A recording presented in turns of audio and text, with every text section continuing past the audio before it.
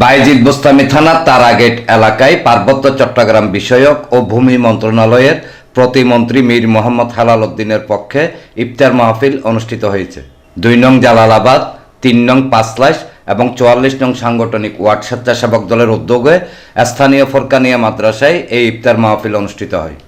বায়েজিদ থানা স্বেচ্ছাসেবক দলের আহ্বায়ক সৈয়দ মোহাম্মদ আলতাফ হোসেনের সভাপতিত্বে ও সিনিয়র যুগ্ম আহ্বায়ক পারভেজ আহমেদের সঞ্চালনায় অনুষ্ঠানে প্রধান অতিথি ছিলেন নগর ওলামা দলের সভাপতি মোহাম্মদ শহীদুল্লাহ চিশতি।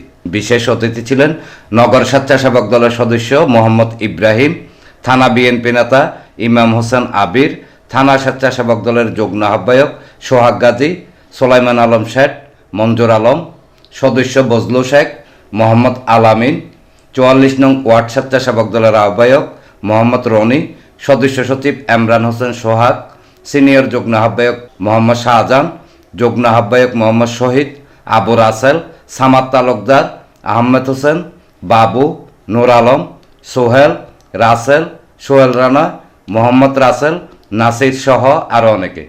ডেস্ক রিপোর্ট, প্রগতি 24 টিভি।